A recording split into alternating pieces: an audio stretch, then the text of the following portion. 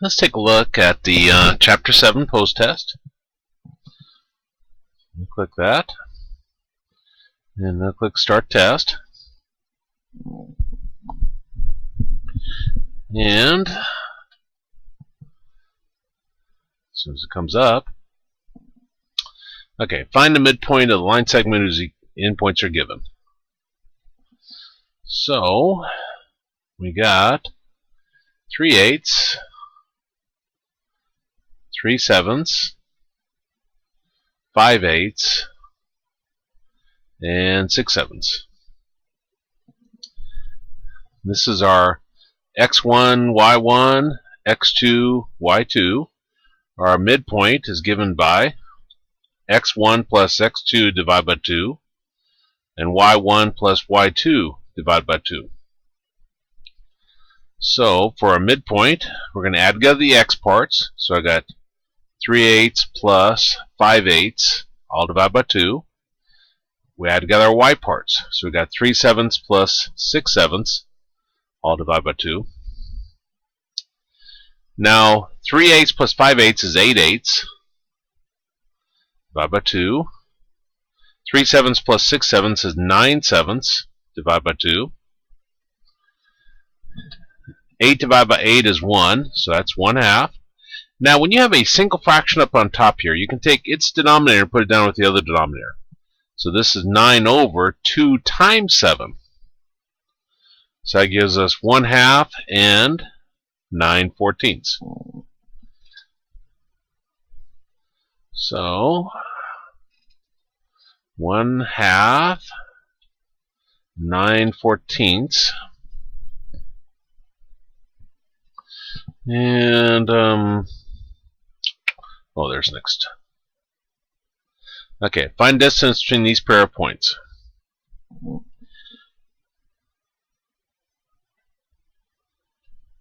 So we got 0 square root of 3 and 2 square root of 2 and 0. Now this would be x1, y1. This is x2, y2. Our formula for the distance is equal to the square root of y2 minus y1 squared plus x2 minus x1 squared. So y2 is 0 minus y1, which is square root of 3 squared, plus x2, which is 2 square root of 2 minus x1, which is 0 squared. Let me double check that. 0 minus that, 2 minus that. Okay. Well, zeros really don't do anything. So we're going to have negative square root of 3 squared plus 2 square root of 2 squared. Now this negative drops away because when you square something that's always positive, and the square root and the second power cancel each other. So that gives me 3 plus. Now over here, since we got 2 times the square root of 2 to the second power, everything's inside multiplication, and we take everything inside of that power. So we're going to take the 2 to the second power and the square root of 2 to the second power. So we'd have 2 squared and square root of 2 squared. So we got 3 plus 2 squared is 4. And the square root of 2 second power cancel each other and gives you 2. So distance is equal to 3 plus 4 times 2 is 8, which gives us square root of 11. Okay, so square root of 11. And what's this say? Round to 3 decimal places. So if I go to my calculator,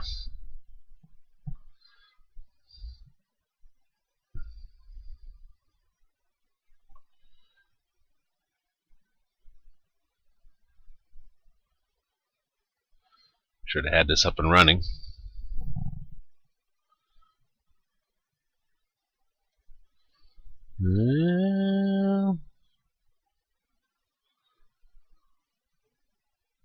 There we go. So I'm going to exit out, and then I don't know what I did there. I meant to do second mode. Okay, so now if I do second x squared and 11, 3.317 rounded. So 3.317.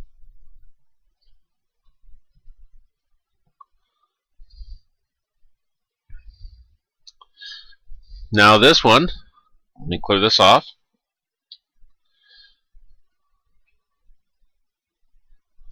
We have negative square root of negative 81. It says simplify using I notation as needed. Now, what's inside? We're going to have negative 1 times, and 81 is 9 times 9. Now remember, with square roots, we're looking for pairs or something. Here's a pair of 9, so they're going to come out as a single 9. And remember, if you have a negative 1 inside your square root, it comes out as an I. Now this negative is already out in front, so it just stays out in front. So we got the pair of 9s comes out as a single 9, and that comes out as an I, and that's our answer. So negative 9i.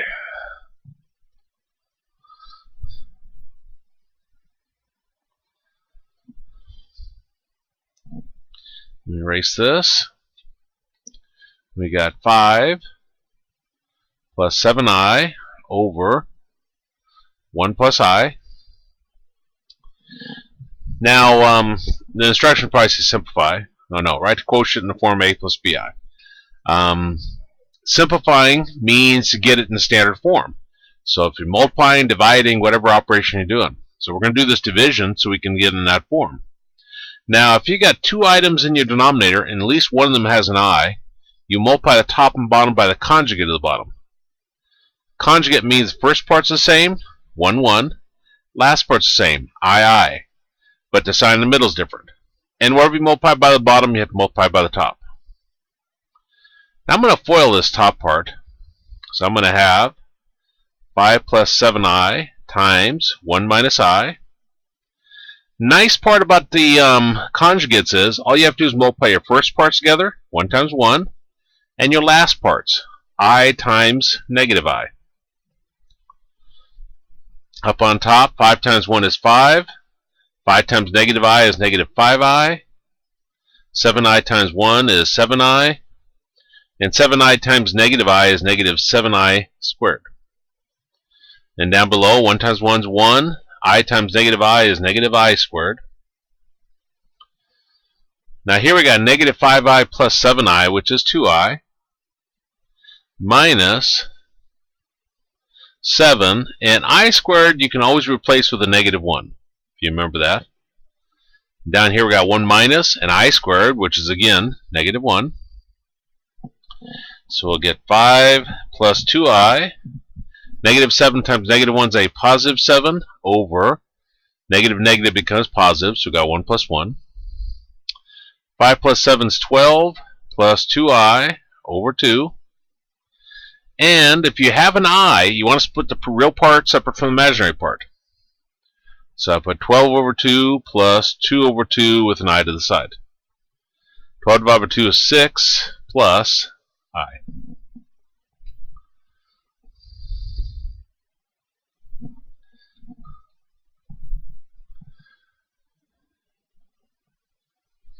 Okay, let's simplify this.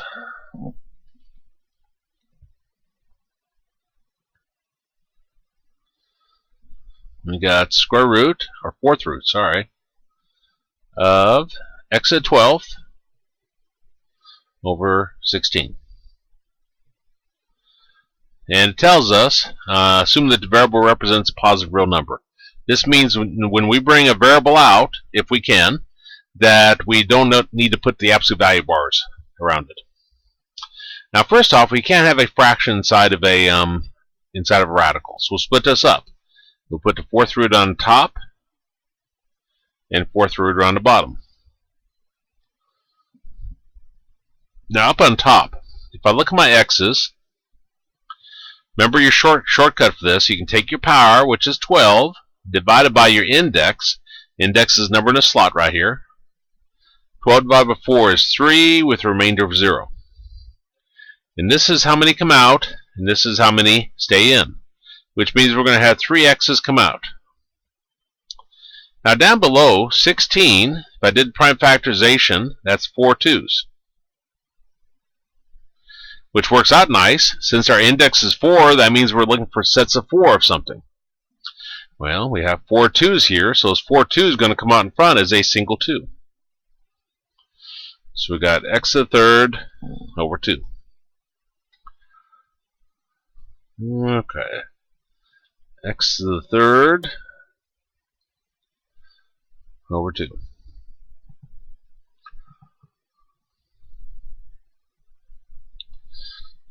Let's clear this off. And we got square root of x minus 3 plus 8 squared. Multiply, then simplify. So we're going to rewrite this as the square root of x minus 3 plus 8 times the square root of x minus 3 plus 8. You got to FOIL it. And the reason why is because the plus is in here. You can't just square the square root of x minus 3 and square the 8. Now we're going to FOIL this, so we'll take square root of x minus 3 times the square root of x minus 3. We'll take square root of x minus 3 times 8. We'll take 8 times the square root of x minus 3 and 8 times 8. It's kind of weird looking, but these are the first items, the outer items, the inner items, and the last item. Same principle as our foiling, two binomials. Now, square root of x minus 3 times square root of x minus 3 is probably x minus 3.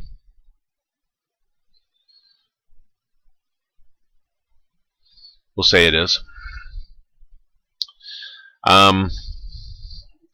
You have to be careful sometimes on this because you have to think about positives and negatives. But what you're going to find is that very seldom do you need to put those absolute value bars that were referred to. Especially if we were to think about different values that might cause this to occur. Now in this case though, if I put like 1 in for x, here we'd have 1 minus negative 3, which is a negative 2, which would give us an I. Here we'd have 1 minus 3, which is a negative 2, which would give us an I. And then if you take I times I, that gives you I squared, and the signs flip. But again, I'm sure they ignore that. Most books get serious about it for a little bit, and then they just drop the idea. Okay, watch me get this problem wrong. That's, try to write that again. That's just 8 times square root of x minus 3, and this is 8 times the square root of x minus 3. And 8 times 8 is 64. So we got x, negative 3 plus 64 is 61. And notice here we have radicals that are alike. They're both square root of x minus 3. So we add the numbers in front. 8 plus 8 gives us 16 square root of x minus 3. Okay, x plus 61 plus 16 square root of x minus 3.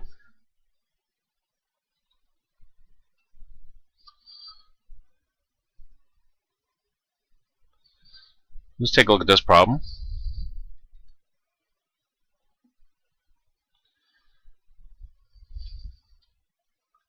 We got the cube root of x minus 3 minus 3 is equal to 0. Now we want to solve this. This is a radical equation because it's got a radical. So our first thing we want to do is get a radical by itself, which means I take the negative 3 over to the right side and becomes a positive 3.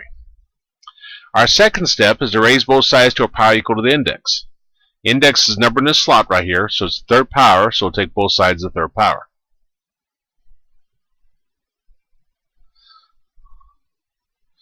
When your index matches a power, they cancel each other. And we got x minus 3 equals 3 to the third is 27. 3 times 3 times 3. Take negative 3 over, and we get 27 plus 3, which gives us 30, maybe. Always when you raise both sides to a power, you have to check your answers. If I put 30 in here, 30 minus 3 is 27, cube root of 27 is 3, 3 minus 3 does give you 0. So that is our answer.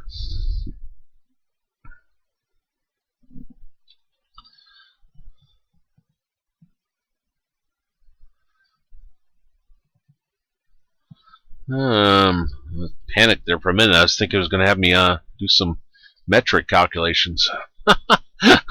Maximum distance, d of h in kilometers, a person can see from a height h kilometers above the ground is given by this function. So d of h is equal to 101.7 square root of h. Find the height that would allow a person to see. What's height? Height is h. So it looks like they're wanting us to find h. Find the height that would allow a person to see 40 kilometers. Yeah, can see from a height. This is a person can see from a height. Okay, so d is the amount they can see. So that's 40 equals 111.7 square root of h. Okay, now we want to solve for h, and this is a radical equation. So our first step is to get a radical by itself. So we're going to divide both sides by 111.7.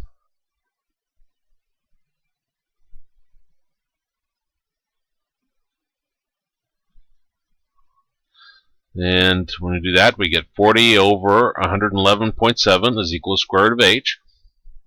We're trying to get h by itself, so we're going to take both sides and square it.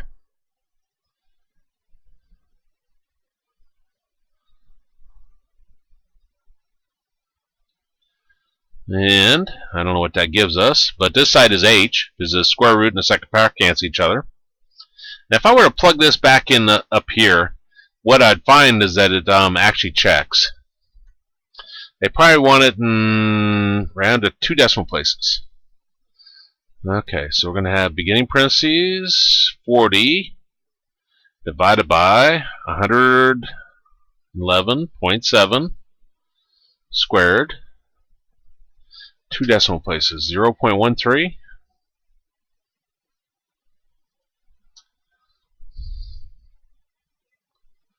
Okay, so 0.13.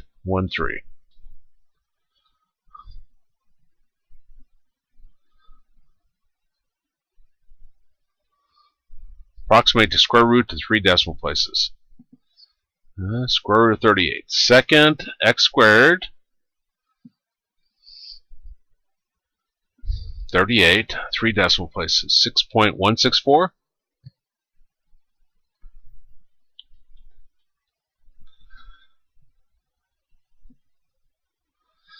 Okay, rationalize the numerator. Let me clear off my tablet here.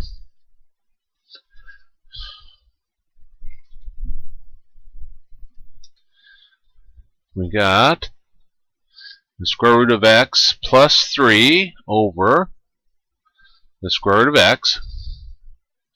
Assume all variables represent positive real numbers. Again, when they're saying that, they say don't worry about the absolute value bars. That makes me worry about that one I didn't put the absolute value bars on, but oh well. Okay, now since we got a single item down here that has a square root, then what we do is we multiply the top and bottom by that square root. Now up on top, this is going to be the distributive property. We'll take square root of x times square root of x and times 3. Now square root of x times square root of x gives us x, plus, and square root of x times 3 gives you 3 square root of x. And then down below, square root of x times square root of x gives you x. What does it say? Rationalize the numerator. Technically, that's rationalized. I don't think they probably split this into separate fractions. We'll see when I get it wrong. X plus 3 square root of x over x. What does rationalizing mean?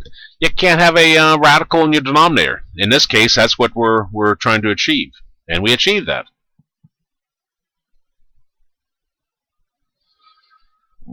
Okay, let's take a look at this problem. We got the cube root of negative 7x minus 1 is equal to the cube root of negative 3x minus 5. Now our first step is to get a radical by itself. We're solving a radical equation. Well, this is by itself. Actually, they're both by themselves. So we're going to take, as our second step, we're going to take both sides to a power equal to the index. Well, index is numbered in a slot here, so we'll raise both sides to the third power.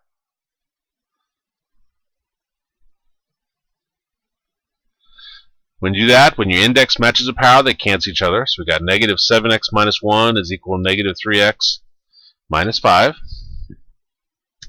We want to solve for x, so I take negative 3x to the left side, becomes a positive 3x. We'll take the negative 1 to the right side, becomes a positive 1. Negative 7x plus 3x gives us negative 4x, and negative 5 plus 1 is negative 4. Divide both sides by negative 4. Then we get x equals 1, maybe. Remember, you have to check your answers. If I put it back up here, negative 7 times 1 is negative 7 minus 1 is negative 8. Now if I put 1 over here, negative 3 times 1 is negative 3 minus 5 is negative 8. So that checks. So our answer is x equals 1.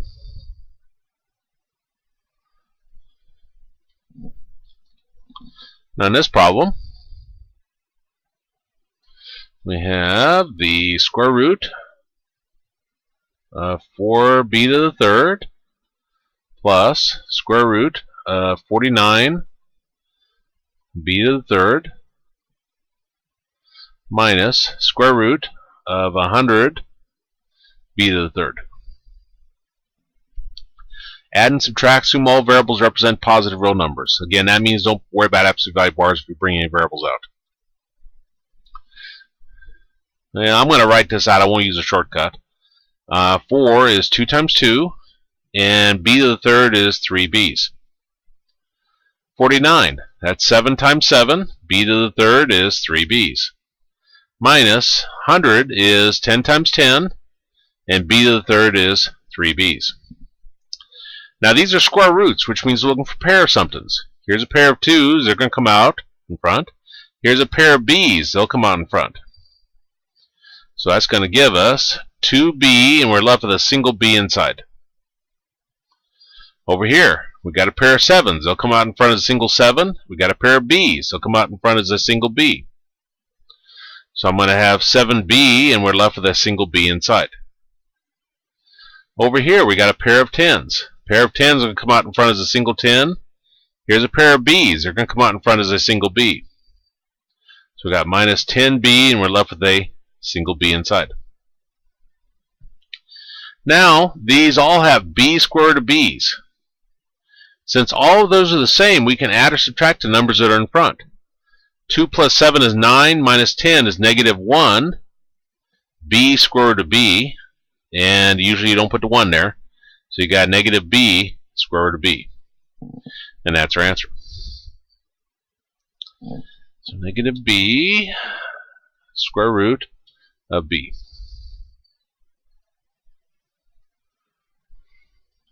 Okay, let me clear that off. Then we got 3 minus 4i squared. Well, what that means, I'm going to rewrite this as 3 minus 4i times 3 minus 4i.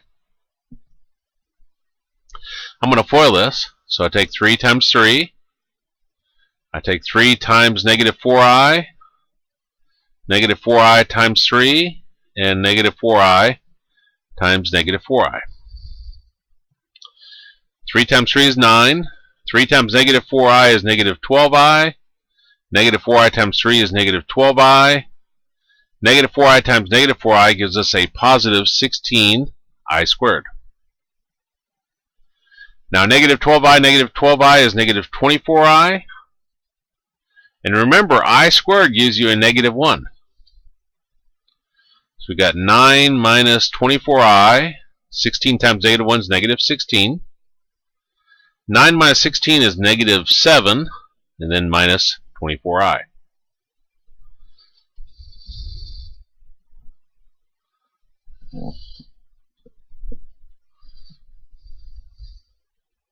And if I get any of these wrong, I'll blame it on doing this at midnight. I always got some kind of excuse. Light was in my eyes. Doing it at midnight.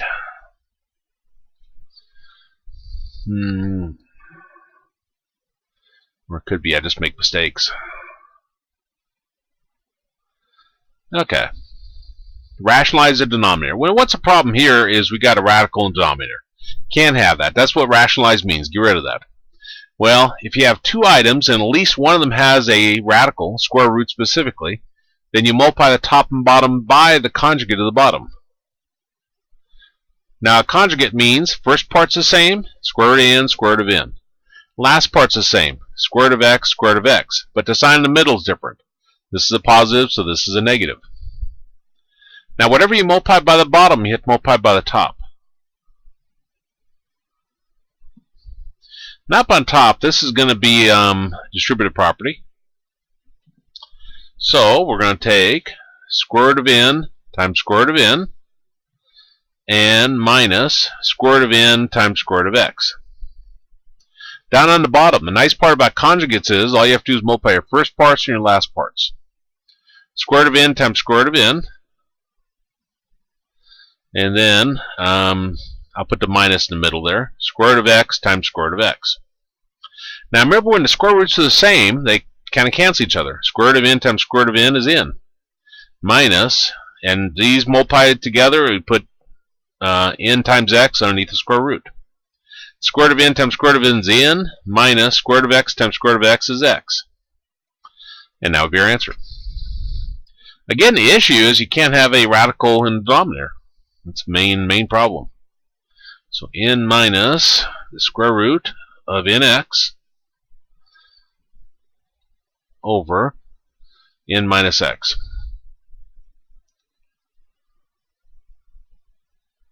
Let's take a look at this problem. Okay, we got 7a over fifth root of 8a to the 7th, b to the 13th. What does it say? Probably simplify, rationalize. Okay, assume all variables represent positive real numbers. See, that's getting me worried about that one. I didn't put the absolute value on, but we'll see. Now, I could write these out, but I'm going to use my shortcut for my a's. You take your power, which is 7, divide by your index. So power here, divide by your index. And this is old style division. 7 divided by 5 is 1 with the remainder of 2. So this is how many come out, and this is how many stay in. Now for our b's, you take your power, which is 13, divide by the index, which is 5. That gives us 2 with the remainder of 3. So this is how many comes out, and this is how many stays in. Okay, now 8 is 2 times 2 times 2, so can't do anything with that. But we will address that shortly. Okay, so what did we say? We said we're going to have 1a come out. We said we're going to have 2 b's come out. And then we're left with an 8 inside. How many a's? We're left with 2 a's inside. And we're left with 3 b's inside. Now notice that we got an a here and an a here. Those are going to cancel. So we got 7 over b squared, the fifth root of 8. Now 8 is 2 times 2 times 2. And we got a squared, b to the third. Okay, now our goal is to get rid of that radical in the denominator. And how we do that is we multiply it times another radical with the same index. This has an index of 5, so this has an index of 5. And what we want is we want 5 of each item. We have 3 2's. That means we need 2 more 2's. So we'll have a total of 5 2's. We have 2 a's, which means we need 3 more a's. We have 3 b's, which means we need 2 more b's. Again, our goal is to have 5 of each item. Now, whatever you multiply by the bottom, you have to multiply by the top.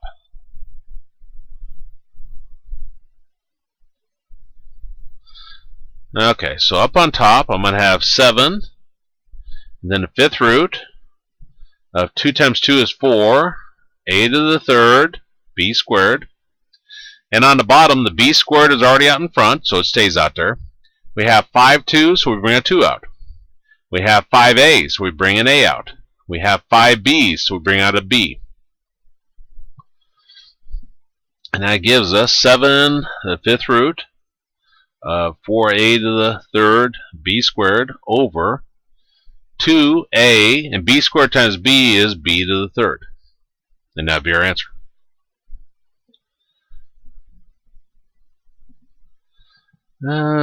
Seven, fifth root, 4a to the third, b squared, over 2a, b to the third. 7 fifth root of 4a to the third, b squared, 2ab to the third. Okay, that looks right. Let's see what this one is.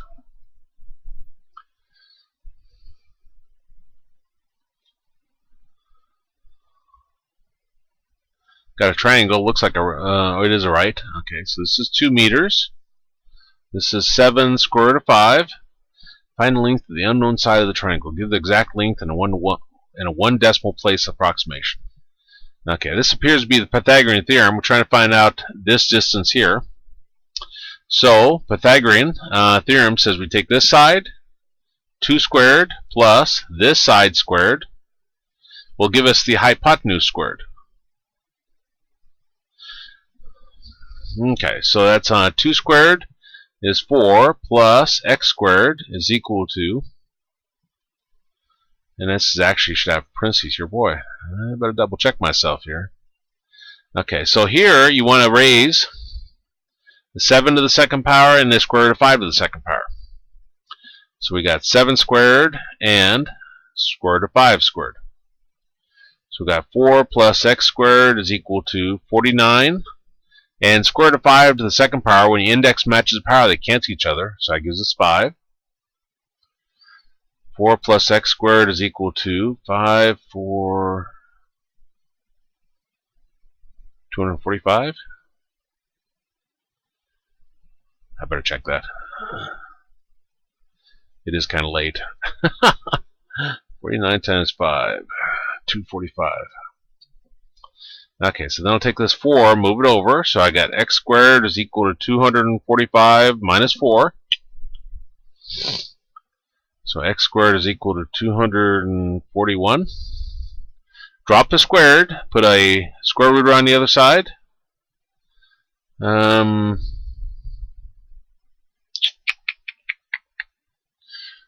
241. It's not divisible by 2, not by 3, not by 4, not by 5, 6, no, 7, no, 8, no, 9, no, 10, no, 11, no, 12,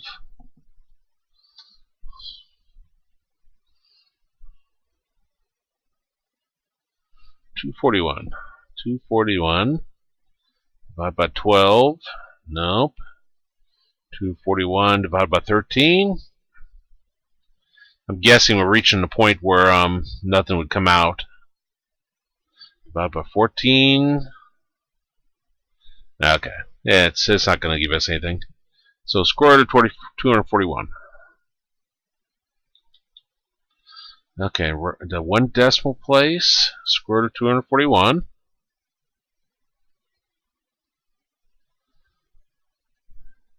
Gives us 15.5.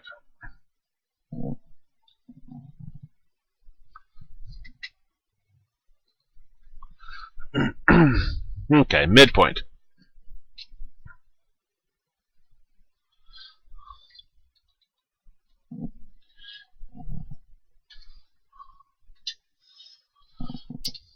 Okay, so we got -2, -5, -8, and 12. For a midpoint, we're going to add together our x parts. So we've got -2 and -8 divided by 2. We'll add together our y parts. So we've got -5 plus 12 divided by 2. That's -10 over 2. -5 plus 12 is 7 over 2, which gives us -5 and 7/2. So -5 and 7/2. Just double checking myself. Okay.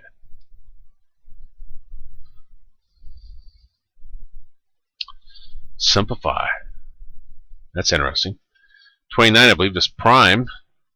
So the only thing we can do is bring out the negative, which gives us an I. I'm going to put the I in front. It might want it after. We'll see. Sometimes these systems get picky. Technically, standard form says the I has to be at the end.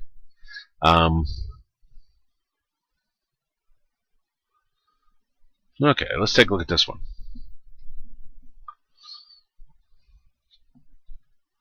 We got square root. Had to open my window. My wife's killing me with the heat in the house. So hopefully it's not blowing on the microphone. Let's see. Assume all variables represent positive real numbers, which means no absolute value. Okay, so I'm going to take this square root, multiply times that one, and multiply times this one.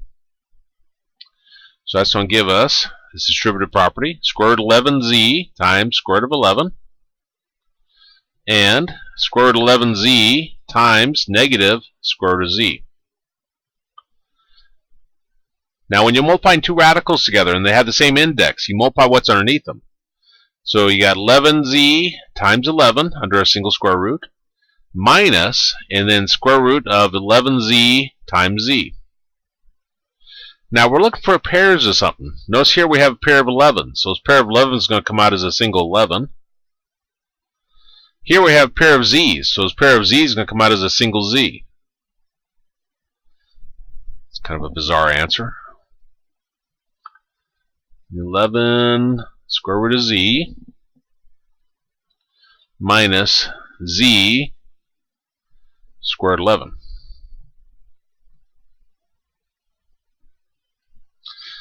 Okay, let's take a look at this one. We got 5 square root of 125. Now we have to do the prime factorization of 125. Now it's divisible by 5. 5 times 25. And 25 is 5 times 5.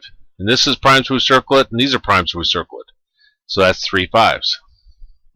Now remember the square root, we're looking for a pair of somethings. Here's a pair of 5s, so they're going to come out in front as a single 5. So that 5 remains, and we're bringing this pair out as a single 5, and we're left with a single 5 inside. Now 5 times 5 is 25, and then square root of 5. 25 square root of 5. Okay, let's take a look at this one. We got square root of 36 x squared. Again, assume that the variable represents any real number. I better start reading these closer. That implies that it can be negative, which means if we bring a variable out, we have to worry about absolute value bars. I'm going to go back and check before I submit my final work. Now 36 is 6 times 6, and x squared is x times x. We're looking for pairs of something. Here's a pair of 6's, so it comes out as a single 6. Here's a pair of x's, so that comes out as a single x. But since it can be any real number, we have to put the absolute value bars on this to make sure it's not negative. 6 absolute value of x. Okay.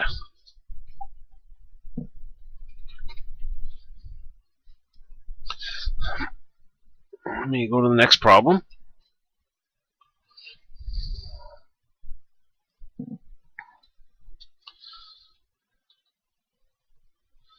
And we got 4 plus 9i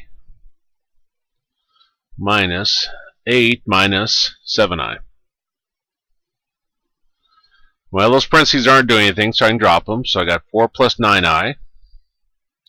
Now, if you got a minus in front, that flips the sign of everything inside. So the 8 becomes a negative 8. The negative 7i becomes a positive 7i. Now combine the real parts. 4 minus 8 is negative 4, and combine the i's. 9i plus 7i is 16i. So we got negative 4 plus 16i.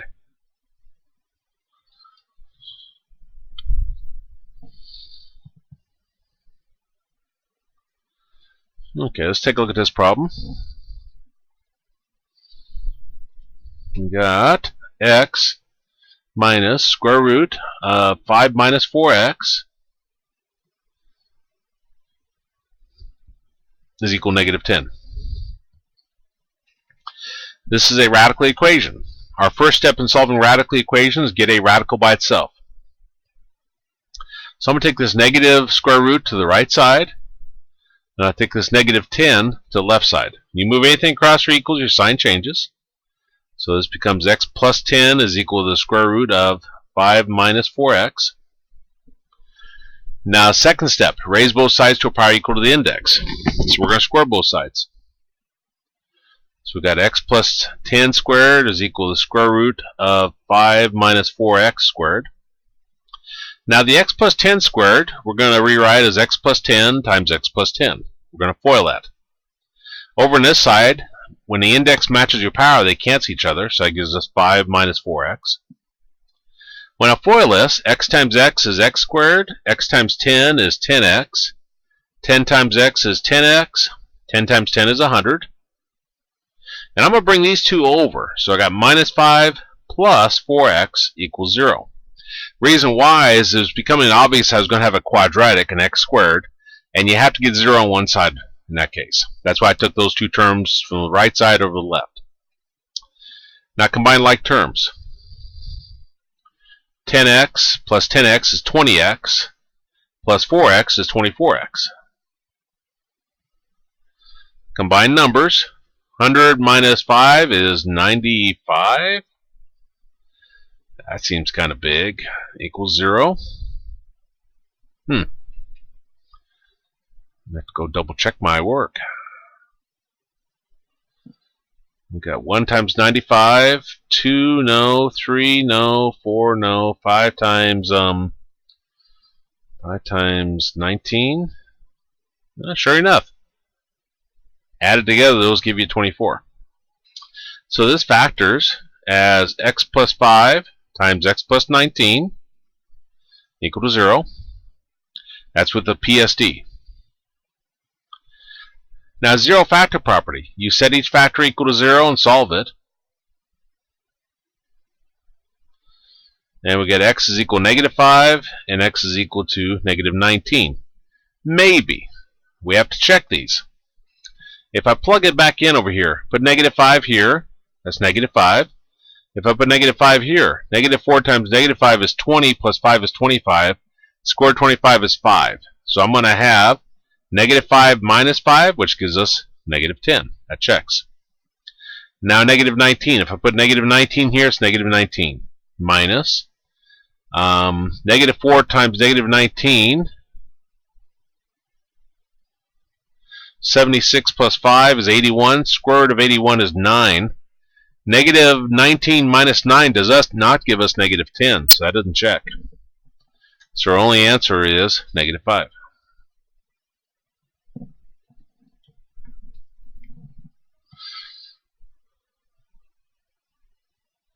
Okay, let's take a look at this problem.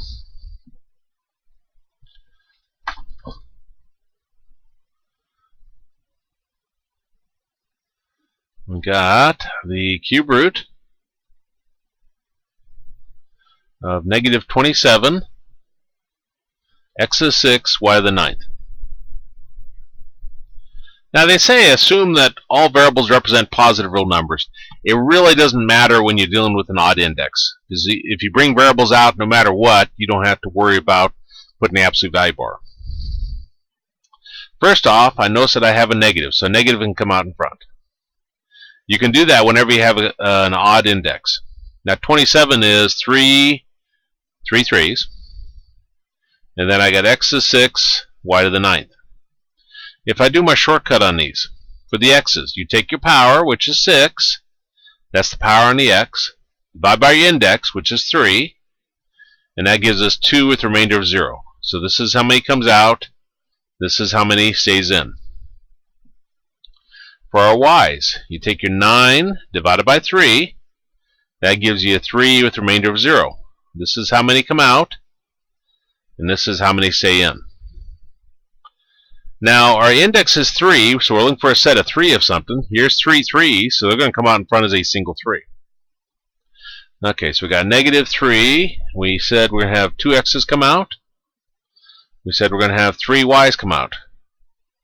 There's no x's left inside, there's no y's left inside, so the radical disappears. So this would be our answer. So we got negative 3x squared y to the third. Negative 3x squared y to the third. Okay. I'm going to clear this off. And we got the fourth root of 96 a to the 19 b to the third over the fourth root of 3 a to the third b to the third.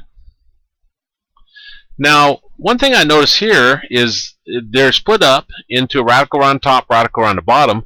But if I merge this into a single fraction, I think I can simplify that fraction. So I'm going to do that. Normally, you don't want to go this direction. But if it looks like you can simplify it, then you should. Okay. Well, first off, I notice 96 divided by 3 is, what's that? 32? Yeah. And then we got a to the 19th over a to the third. When you have a to a power over a to a power, you subtract a smaller exponent from a larger one.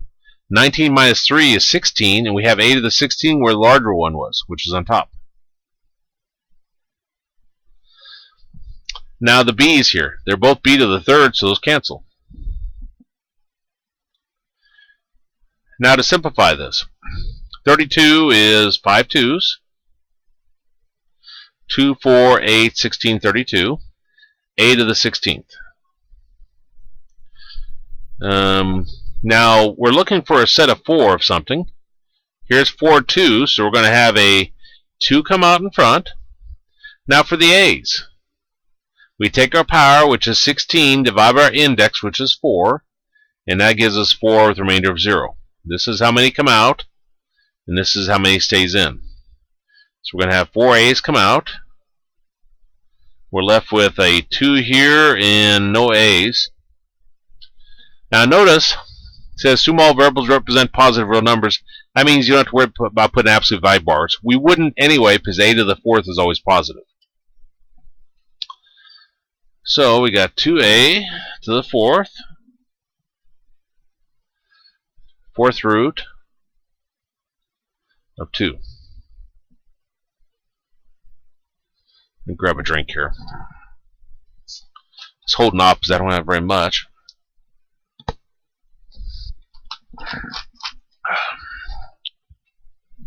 I want to make it through the video, or through the test, I should say. Okay. 8 square root of 2 plus 8 square root of 5 times square root of 2 minus 4 square root of 5. It's kind of weird looking, but this is just a FOIL problem. Type an exact answer using radicals needed. Okay. So we're going to FOIL it. So we'll take our first item here times the first item in the other set of parentheses. We'll take our first item times the second, first, outer, and then 8 square root of 5 times square root of 2, and 8 square root of 5 times negative 4 square root of 5. Now, square root of 2 times square root of 2 gives us 2. When the square roots are the same, you multiply them together, they cancel each other away. 8 times negative 4 is negative 32 square root, and 2 times 5 gives us 10. Over here we got 8, and square root of 5 times square root of 2 is square root of 10. Over here, 8 times negative 4 is negative 32, and square root of 5 times square root of 5 gives us 5. So that gives us 16. Now these are both square root of 10, so I can add or subtract the numbers in front. Negative 32 plus 8 is negative 24 square root of 10. And negative 32 times 5 is negative 160. 16 minus 160 is negative 144. Let's see, is that right? Negative 160 minus, or plus 16. Yes. Sometimes I spend more time doing it by hand than just picking up my calculator. Minus 24 square root of 10.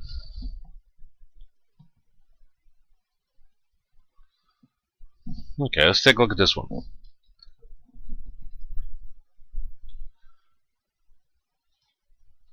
We got p to the 2/3 times p to the 1/3 minus 4p to the 4/3. Now this is a distributive property. What does it say anyway? Use rules exponents simplify white here positive exponents small variables represent. Okay. So we're going to multiply it like this. So we'll take 2 or p to the, boy, my brain's shutting down. P to the 2/3 times p to the 1/3 plus p to the 2/3 times negative 4p to the 4/3. Now, if you got p to a power times p to the power, you're going to add together your exponents. So this is going to be 2/3 plus 1/3. Positive times a negative is negative, and I got a 4. And we got p to a power times p to a power. So we're going to have 2/3 plus 4/3. 2/3 plus 3/3, or 2/3 plus 1/3 is 3/3. Minus 4p, 2/3 plus 4/3 is 6/3. Now 3 divided by 3 is 1, so I'd have p to the first, or p, minus 4p. 6 divided by 3 is 2. It doesn't say anything about putting in standard form, I guess. So we got p minus 4p squared.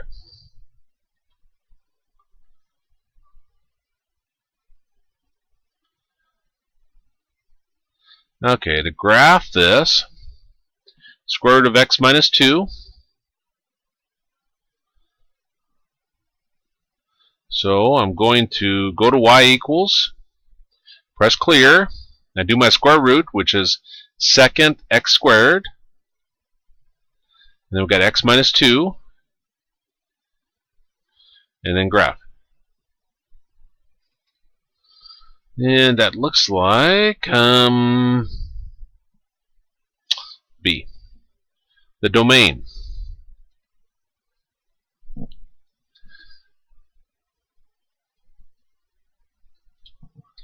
We got f of x is equal to square root of x minus 2. Now for our domain, we take what's inside the square root and we set it greater than or equal to 0. You just can't have a negative number inside of a radical with an even index. And that gives us x is greater than or equal to 2. Probably want it in scientific notation or interval notation. So we'd have bracket on the 2 because there's a little line underneath, and it goes to positive infinity since it's greater than.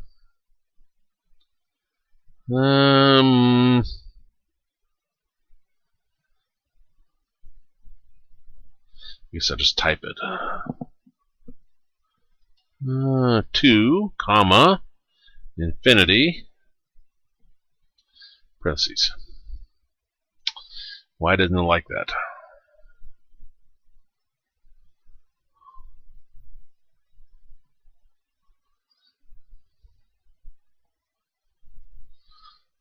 Huh.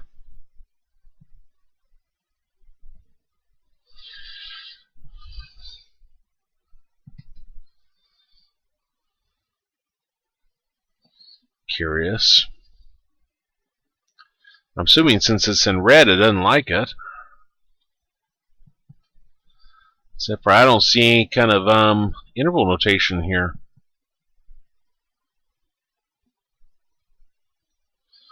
No, that's not good. I just closed that. Oh, there it goes.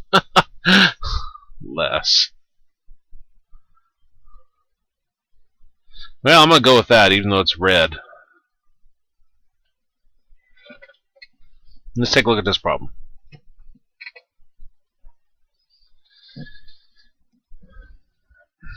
We got square root of 7 plus 6i times square root of 7 minus 6i. Now these are conjugates. The reason I know the conjugates, first part's the same, square root of 7, square root of 7. Last part's the same, 6i, 6i, but the sign in the middle is different. When you're multiplying conjugates, all you have to do is multiply your first parts, so square root of 7 times square root of 7. Your last parts, so 6i times negative 6i. Now, square root of 7 times square root of 7 gives us 7. 6 times negative 6 is negative 36, and I times I is I squared. But remember, we can't have an I squared, so we replace the I squared always with negative 1. Negative 36 times negative 1 is a positive 36, which gives us 43.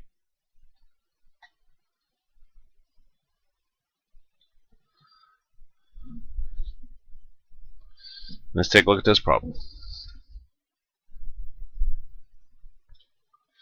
We got b to the 2/5, b to the 1/5, over negative b to the negative 2/5. That's kind of a tricky problem. Okay. Use it to simplify, write positive exponents, assume all variables represent. First off, up on top, b to the 2/5 times b to the 1/5. When you got b to a power times b to the power, you add the exponents. So 2/5 plus 1/5 gives us 3/5. And what that negative means is we got negative 1 times b to the negative 2/5. Now we never want negative exponents, so this b to the negative 2/5, I'm going to move up on top. When you move anything opposite of where it's at in a fraction, the sign of the exponent changes. Notice I'm not moving to negative 1. There's nothing wrong with that negative 1. So that becomes b to the positive 2/5 over negative 1. Now again, we have b to a power times b to a power, so you add the exponents. So 3/5 plus 2/5 gives us 5/5 over negative 1. 5 divided by 5 is 1, so we got b to the first, or b, divided by negative 1 gives us negative b.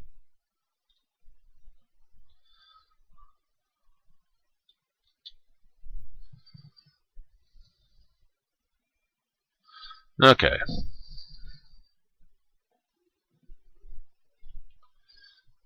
We got 1 over 81 to the 1/4. So you use radical notation to write the expression, simplify if possible.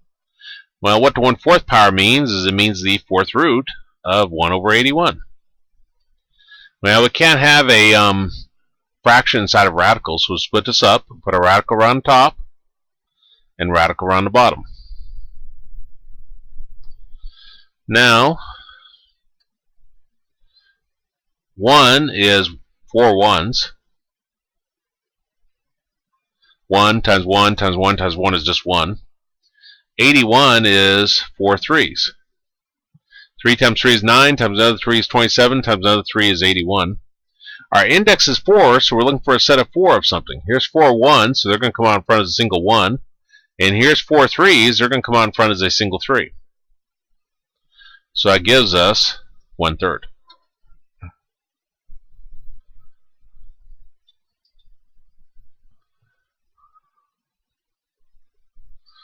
Rationalize the denominator, assume all variables represent positive real numbers. Positive real numbers means we don't have to worry about the absolute value bars. So we've got square root of 36 over x. Now, first off, we can't have a fraction inside of a radical. So we'll split this up. We'll put a square root on top, square root on the bottom. Well, square root of 36 is 6, so we got 6 over square root of x. But the main problem is we can't have a radical in the denominator. Well, if you got a square root down there, what you do is you multiply the top and bottom by that square root. So then up on top we get 6 square root of x, and down below, square root of x times square root of x gives us x. And that's our answer.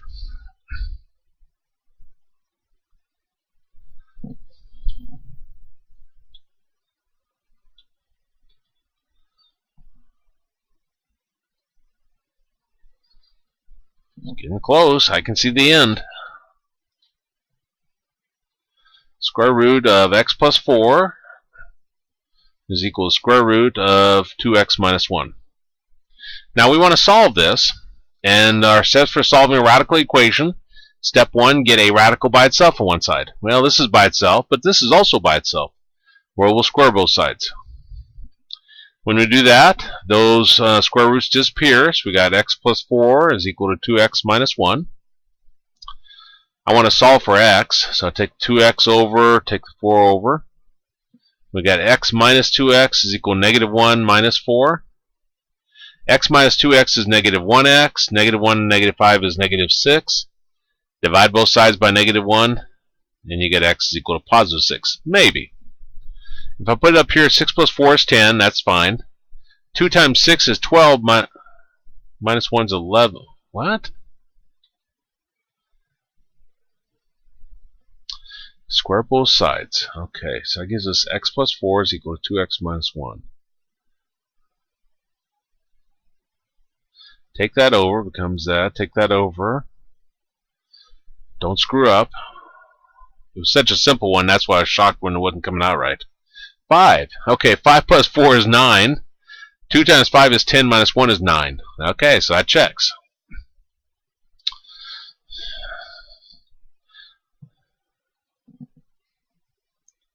Let's take a look at this problem.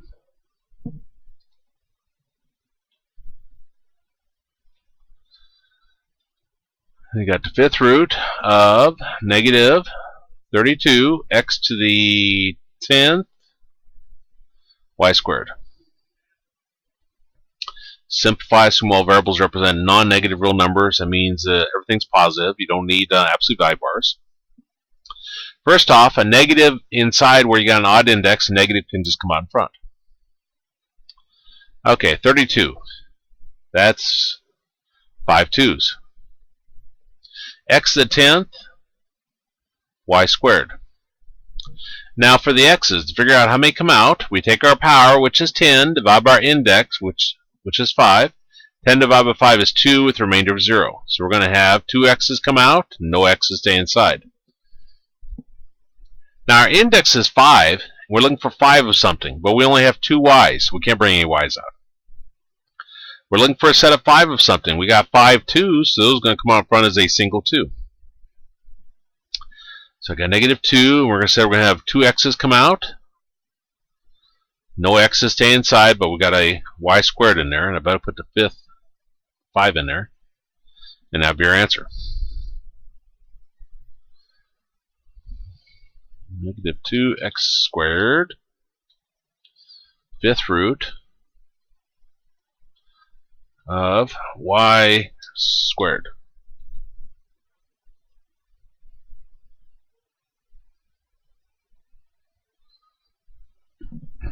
Okay, let's take a look at this one.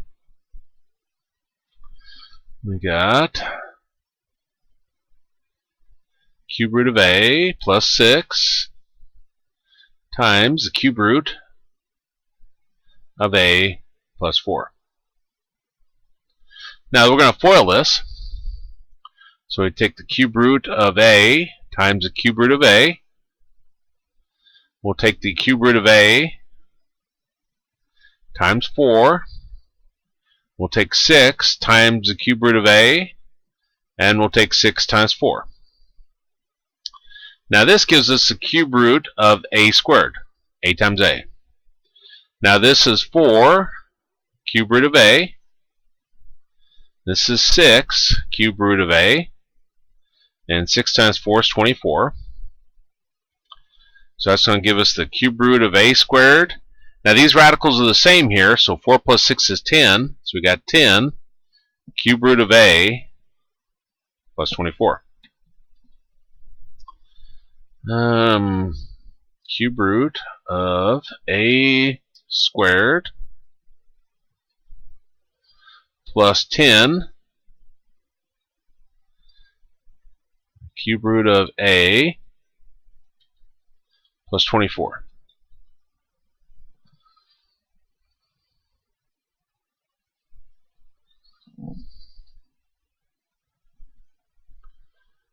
Let's see, what does this say? R is equal to square root of a over 4 pi. The radius of some planet is 1,965 miles. Use a formula for radius r of a sphere given a surface area a to find the surface area of the planet. Okay, so radius is 1965. And I guess we're solving for a. So I'm going to square both sides. So I got 1965 squared is equal to the square root of a over 4 pi squared. So that gives us 1965 squared is equal to a over 4 pi. Multiply both sides by 4 pi. And we got 4 pi times 1965 squared is equal to a. Do I need to do anything special about pi? Round to the nearest square mile as needed. 4 pi. So exit out. 4, where's pi? Second caret times 1965 squared to the nearest. Geez. 4/8. That doesn't leave me feeling very good. 4/8. 521. 584.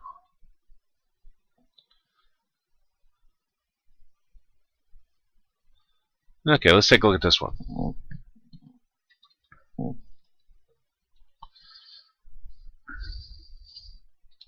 We got negative 125 to the negative 2/3 power.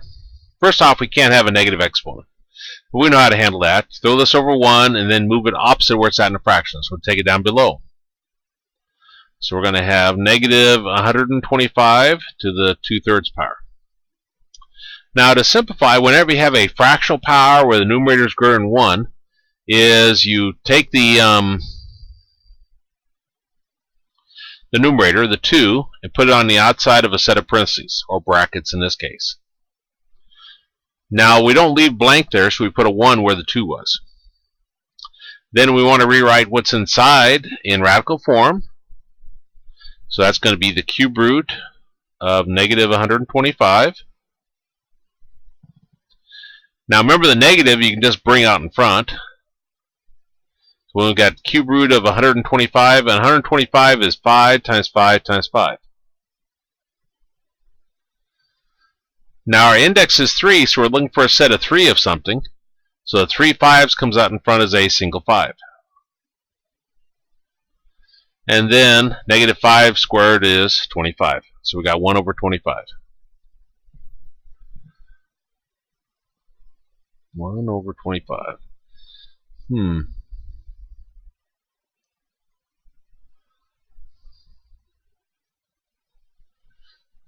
Midpoint of that.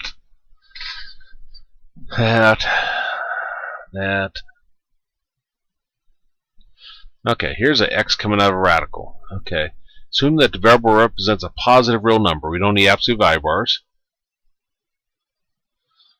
This is the one I wasn't sure about, so I'm thinking they want the absolute value bars. So I'm going to redo this one. Square root of x minus 3 plus 8 squared. So we're going to have the square root of x minus 3 plus 8 times the square root of x minus 3 plus 8. FOIL this. So we got square root of x minus 3 times square root of x minus 3. We got square root of x minus 3 times 8. We got 8 times the square root of x minus 3. And we got 8 times 8. Now, square root of x minus 3 times square root of x minus 3 is x minus 3. But since it doesn't say anything about the signs of the variables, I'm going to put the absolute value bars on it.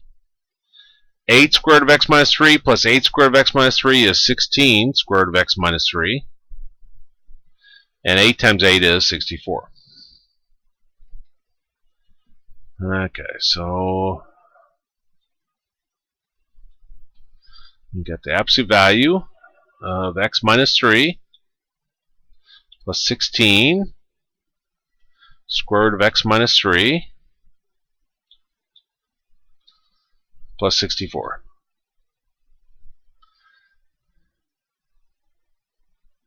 Let's see, didn't bring a x out there. No x here. No x.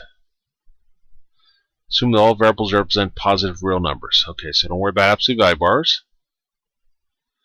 Okay, no x is coming out there. Assume that all variables represent positive real numbers. Don't need to worry about the absolute value bars.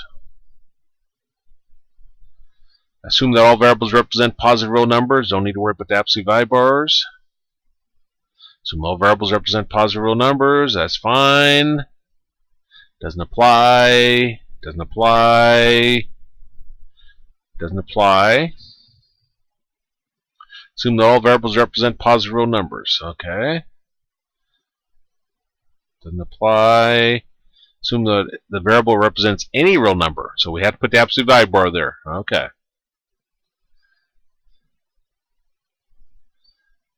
And just looking for anything bringing a variable out. Assume that all variables represent positive real numbers. Don't need to worry about the absolute value bars. Assume that all variables represent positive real numbers. Don't need to worry about the absolute value bars. Assume that all variables represent positive real numbers. That's fine.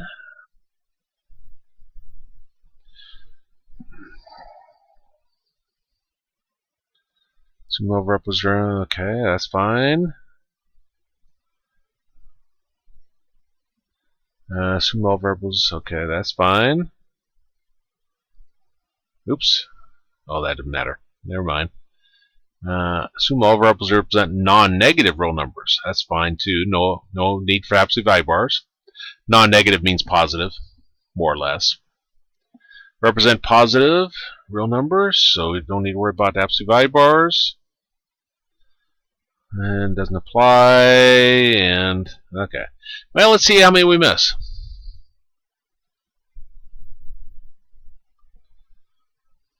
Two. Oh, that's so disappointing. 6 and 10. Let's look at 6.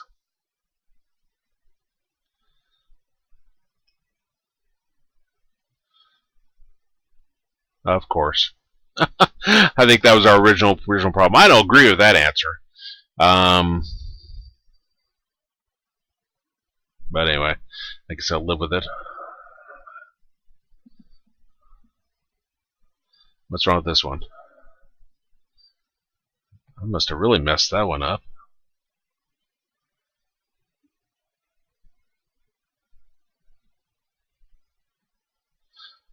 Oh, rationalize the numerator. Oh, okay. It helps actually read.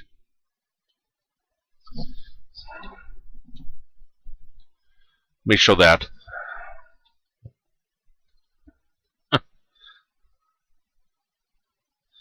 Most of the times you do not want to have radicals in the denominator. That's not a good answer. But if you're going on to calculus, there's a technique where, especially working with limits, where you have to do that. So I multiply the top and bottom by the conjugate of the top.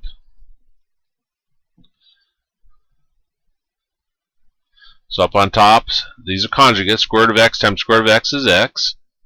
3 times negative 3 is negative 9. And on the bottom, distributive property, square root of x times square root of x is x, minus square root of x times 3 is 3 square root of x. And that's where they get that answer at. Okay, that's just me not reading. But that's our chapter 7 review.